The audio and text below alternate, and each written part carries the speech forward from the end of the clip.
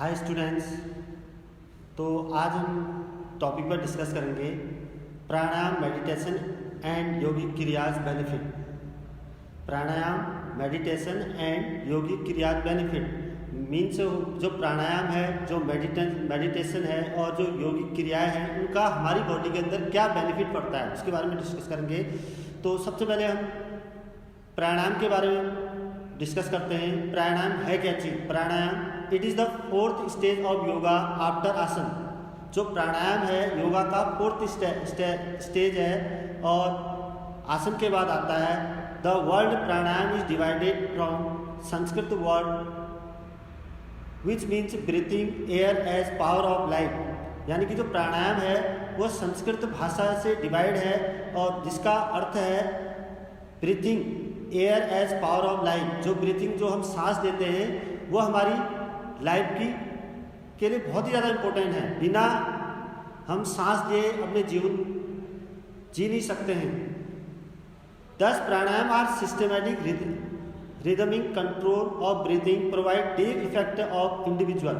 यानी कि प्राणायाम जो है को हम सिस्टमैटिक और रिदमिक तरीके से कंट्रोल करते हैं, जिससे हमारी बॉडी के अंदर डीप इफेक्ट पड़ता है इंडिविजुअली। तो pranayama are systematic breathing activities in which inhalation, exhalation and holding breath. यानी कि प्राणायाम की जो क्रियाएं हैं, सबसे पहले इनहेलेशन मीन्स सांस को लेना, एक्सहेलेशन मीन्स होता है सांस को छोड़ना, और ब्रीथिंग, होल्डिंग ब्रीथ मीन्स हो गया कि सांस को रोकना। तो इसको हम संस्कृत भाषा में जो 3 वर्ड बताए गए हैं, पूरक, रेचक एंड कुंभक। पूरक का अर्थ होता है इनहेलेशन, सांस को लेना, और रेचक का अर्थ है सांस को छोड़ना, और कुंभक का अर्थ होता है सांस को कंट्रोल करना। There are various types of pranayama based on this process, inhalation, exhalation and holding the breath, like जैसे अनुलोम विलोम है, कपालभाति है, सूर्य वेदन प्राणायाम है, उज्जैनी प्राणायाम है, शीतली है, शीतकरी है। तो ये बहुत सारे प्राणायाम की प्रोसेस है। इन प्राणायाम को करने से हम अपनी बॉडी के अंदर सांस को लेते हैं और कुछ समय तक छोड़ते हैं और कुछ समय के लिए उसको होल्ड करते हैं। तो जैसे मैं आपको प्रैक्टिकली करके दिखाता हूँ अनुलोम विलोम। अनुलोम विलोम की जो प्रोसेस है, सबसे पहले मैं खुद करके दिखा रहा हूँ आपको। हमारी जो पोजीशन रहेगी इस तरीके से, बाएं नाक से हमने सांस को लेना है, जैसे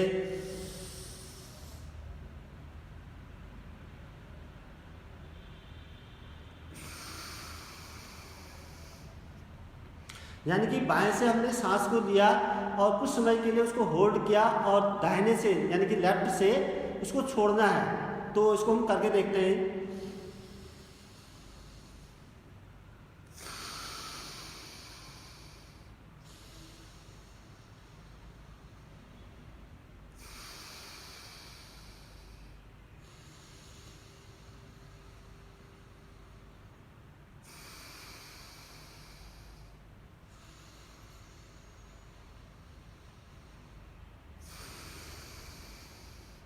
अब हम राइट से करेंगे।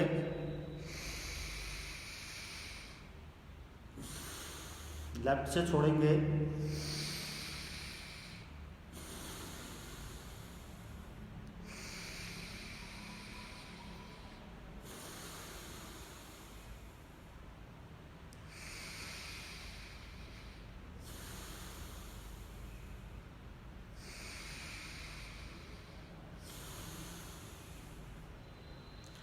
इसी प्रकार से हम इसकी क्लोजिंग जो है, लेफ्ट से हमने सांस ली थी तो लेफ्ट से ही करेंगे हम। जैसे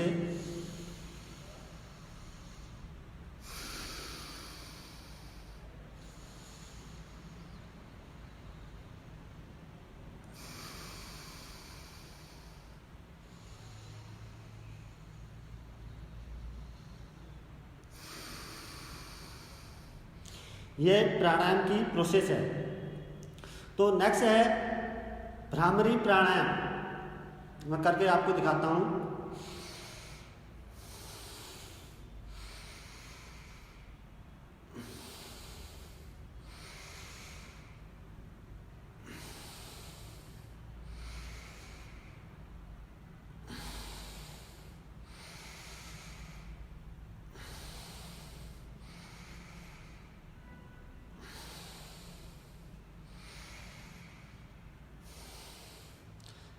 जो भ्रशिका की प्रोसेस है, इस प्रोसेस को हम क्या करेंगे, सांस को, लंबी सांस को लेंगे गले तक, हमारा थॉट तक, उसको रोकेंगे, उसके बाद में बाहर को निकालेंगे।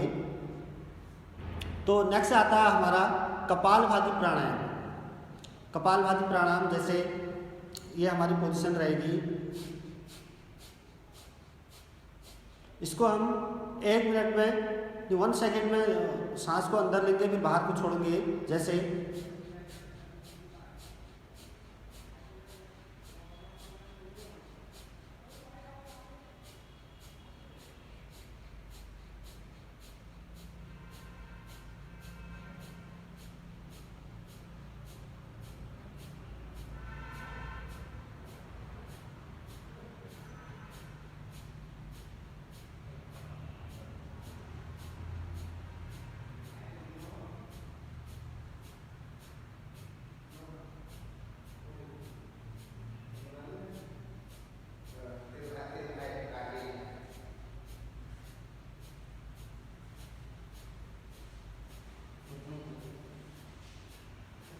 इस तरीके से हमें करना है।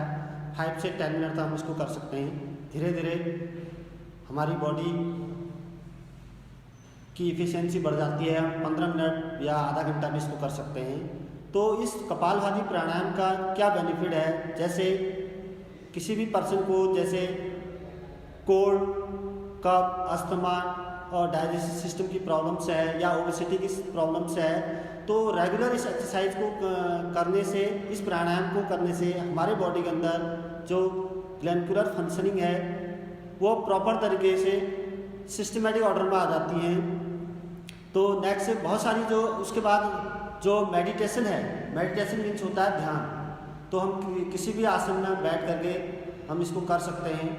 तो सबसे पहले हमें अपनी आँखें बंद करनी है, क्लोज करनी है, और हमारे मन में जो भी विचार आ रहे हैं उन विचारों को आने देना है हमें, और शांत मन से हमें इसको करना है।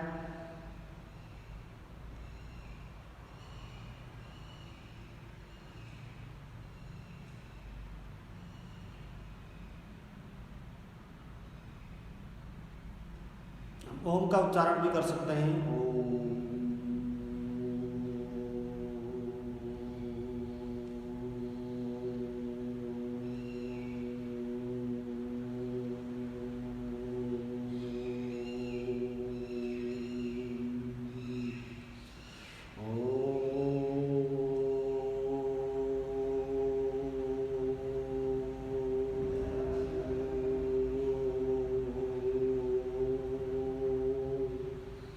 इस तरीके से करना है। तो नेक्स्ट हमारा जो टॉपिक है योगा फॉर प्रिवेंटिंग ओबेसिटी। जो आज की लाइफस्टाइल है, उस लाइफस्टाइल में जो ओबेसिटी, मोटापे की जो समस्या हमारी सोसाइटी में बहुत ज़्यादा बढ़ने लगी है, जिसके कारण से हम ओबेसिटी के शिकार हो जाते हैं। तो ओबेसिटी जो एक्सेस जो फैट है हमारी बॉडी के अंदर get deposit under the skin, जो हमारी स्किन के अंदर जमा हो जाता है, specially area of abdominal, chest, shoulder, तो लेग्स, इन बॉडी के पार्ट्स में एक्स्ट्रा अमाउंट में फैट जमा हो जाता है। क्योंकि आज की जो लाइफ स्टाइल है, उस लाइफ स्टाइल में फिजिकल एफिशिएंसी बहुत कम हो गई है, जिसके कारण से जो एक्स्ट्रा फैट है हमारी बॉडी के अंदर जमा हो जाता है। अब इसके सिम्टम्स क्या हैं? Obesity lead to many health problem. Obesity के कारण से बहुत सारी जो हेल्थ प्रॉब्लम आने लगी हैं, जैसे less of physical efficiency.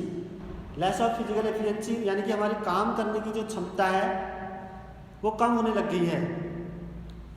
Tagline in physical personality, जिसके कारण से हमारी टैगलाइन फिजिकल जो पर्सनालिटी है वो टैगलाइन होने लग जाती है। शरीर में एक्स्ट्रा अमाउंट में फैट जमा हो जाता है, जिससे हमें चलने में, उठने में, बैठने में परेशानी होने लग जाती है। और फीलिंग टायर्डनेस, और हम एकदम से कोई भी फिजिकल वर्क करते हैं या कोई भी हम काम करते हैं तो हमें टायर्डनेस, थकान महसूस होने लग जाती है। और उसके साथ साथ कार्डिक प्रॉब्लम, जो हार्ट में जो कार्डिक प्रॉब्लम्स है वो उसकी प्रॉब्लम आनी शुरू हो जाती है। कॉजेज, इसके क्या क्या कॉजेज हैं? The causes of obesity, wrong dietary habits.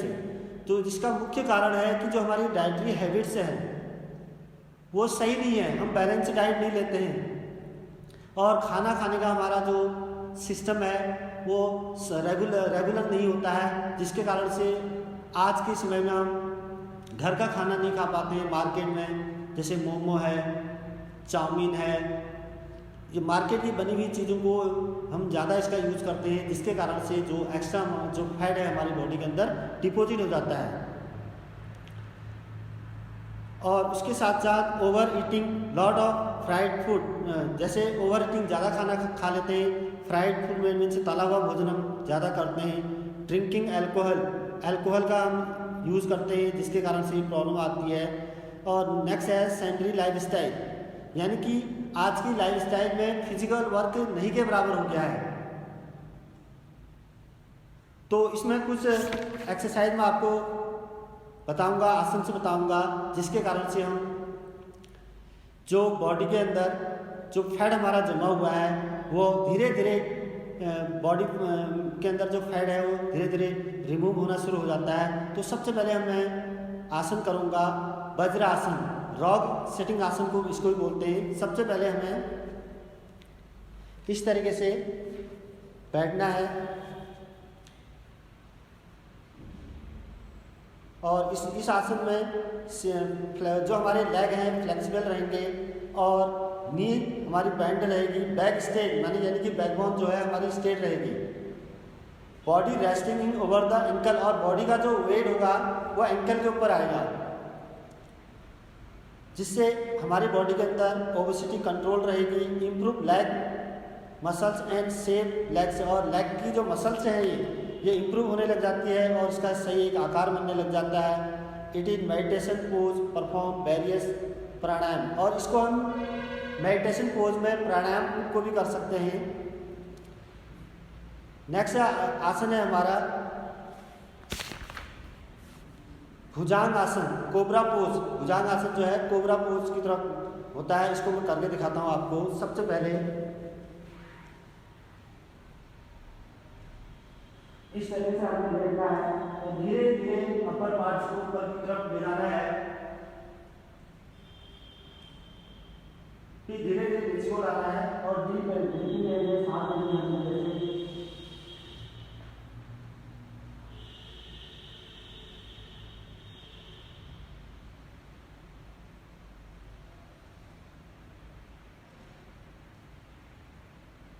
इस तरीके से करना है। नेक्स्ट आसन है पवन मुक्त आसन। पवन मुक्त आसन को जैसे दोनों पाँव में सीधे स्ट्रेट रखे, इसके बाद हमें लेटना है और इस तरीके से करके कि दोनों पहले लेफ्ट लेग को ऊपर की तरफ ले जाना है, फिर राइट को और इस तरीके से होल्ड करना है।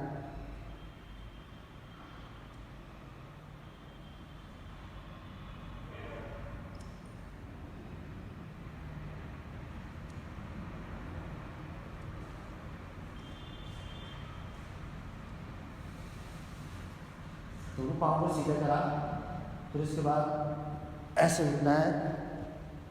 उसके बाद नेक्स्ट हमारा आता है asthma. Asthma is chronic lungs disease. Asthma एक क्या पुरानी एक क्रोनिक लंग्स से रिलेटेड डिजीज है, जिसके कारण से हमारा जो रेस्पिरेटरी जो ट्रैक है, लंग्स है, वो डैमेज जैसा हो जाता है, यानी कि हमें सांस लेने में प्रॉब्लम आनी शुरू हो जाती है। तो इसके जो सिम्टम्स हैं वो क्या है, इंक्लूडिंग कफ, जैसे गले में कफ जमा हो जाता है, शॉर्टनेस ऑफ ब्रीथिंग, यानी कि हमारी जो ब्रीथिंग है सांस लेने में शॉर्टनेस हो जाती है, और चेस्ट ड्राइनेस, और चेस्ट में ड्राइनेस जल्दी से सांस लेने में दिक्कत हो जाती है, और जिसके कारण से धीरे धीरे अस्थमा की बीमारी शुरू हो जाती है और जिसको करने में हमें प्रॉब्लम शुरू हो जाती है। और तो इसके लिए भी कुछ आसन दिए गए हैं, जैसे हम सुख आसन कर सकते हैं इस तरीके से।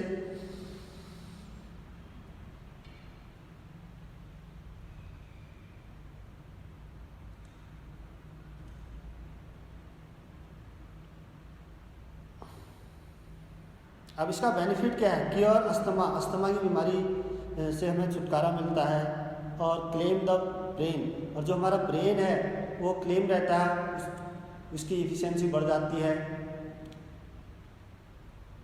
स्ट्रेंथ द बैक मीन्स जो हमारी बैकबोन से है, रीढ़ की हड्डी है, उसकी स्ट्रेंथ बढ़ने लग जाती है। उसके बाद है नेक्स्ट आसन मैं आपको बताऊंगा गोमुख आसन। इस गोमुख आसन को हम इस तरीके से कर सकते हैं, यानी मैं आपको करके दिखाता हूँ। ये इस तरीके से हमें करना है। इसको 5 से 10 टाइम कर सकते हैं हम। पहले दिन हम 5 टाइम करें, फिर धीरे धीरे 6 7 8 9 10 ऐसे करके धीरे धीरे अपनी एफिशिएंसी को बढ़ाना है हमें।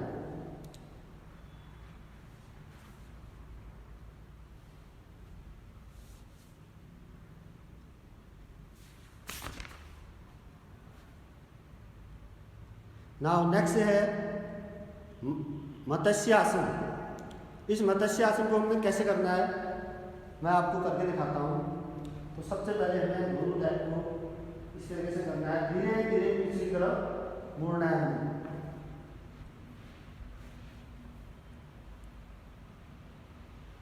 इस तरीके से करना है।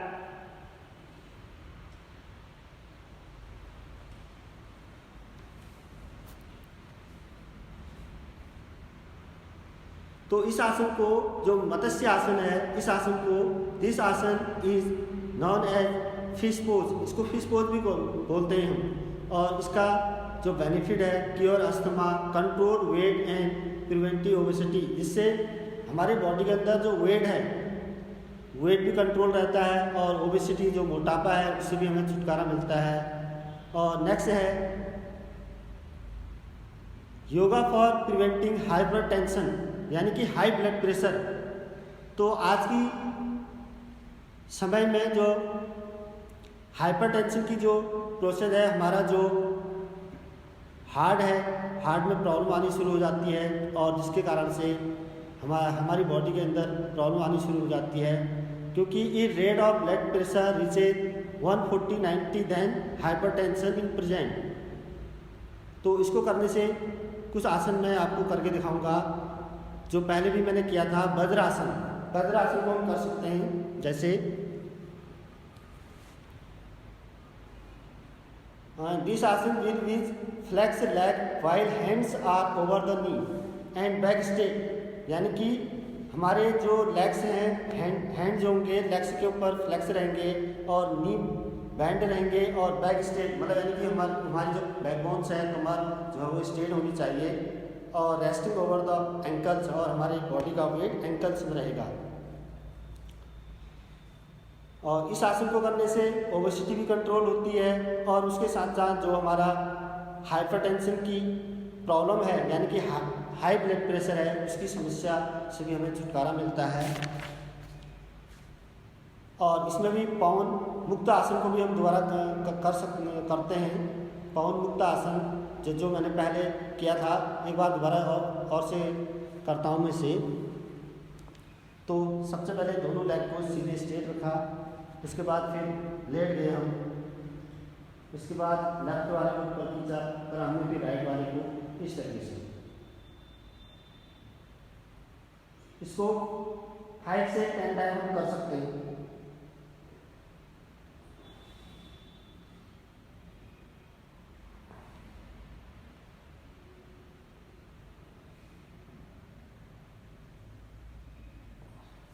इस तरीके से करना है, दोनों पाँव को सीधे रखेंगे हम।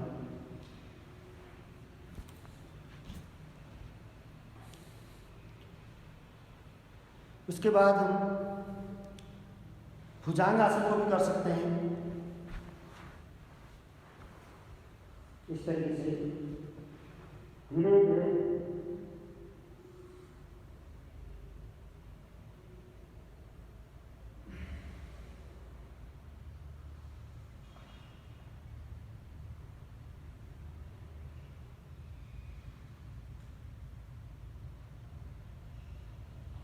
इस तरीके से करना है।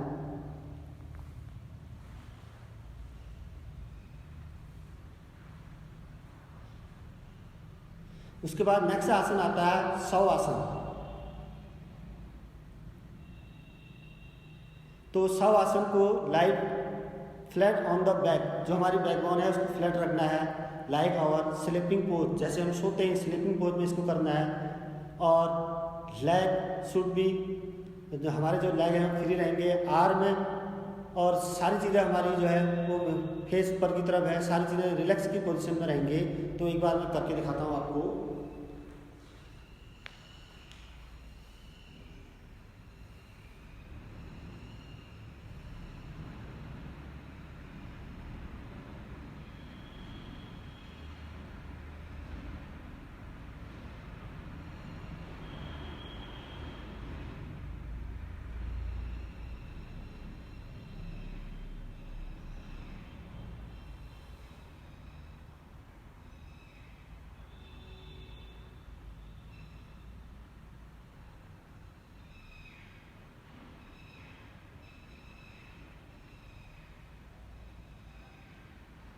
इस तरीके से करना है। जो हमारी बॉडी है बिल्कुल रेस्ट की पोजीशन में रहेगी, फ्री रहेगी, हमारे बॉडी के ऑल पार्ट से फ्री रहेंगे, हैंड्स फ्री, लेग फ्री, इस तरीके से करना है।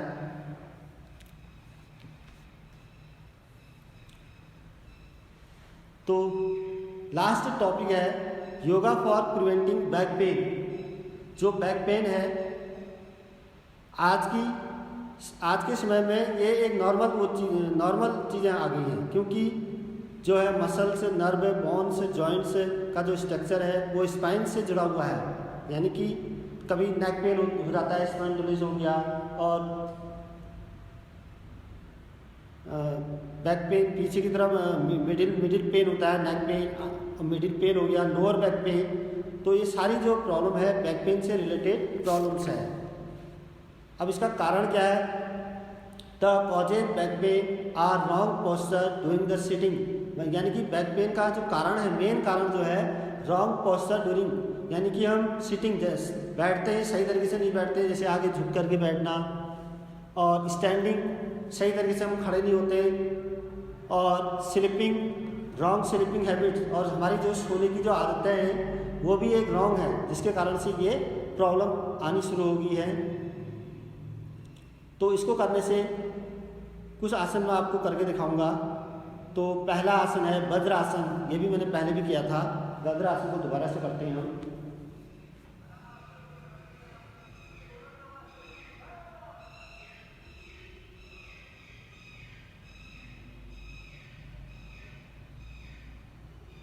इस तरीके से करना है।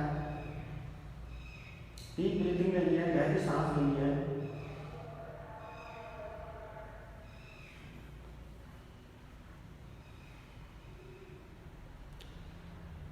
नेक्स्ट आता है हमारा स्लप आसन, उसको भी करके देखते हैं। ये दोनों पाँव ऊपर की तरफ उठाने हैं, ऐसे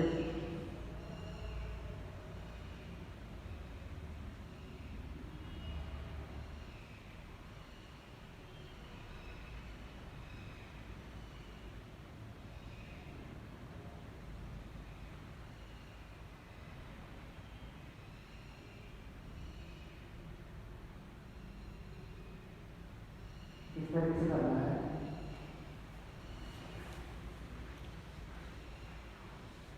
तो स्टूडेंट्स, आज हमने जो डिस्कस की थी, बात करी थी pranayama, meditation, yogic kriyas and benefit.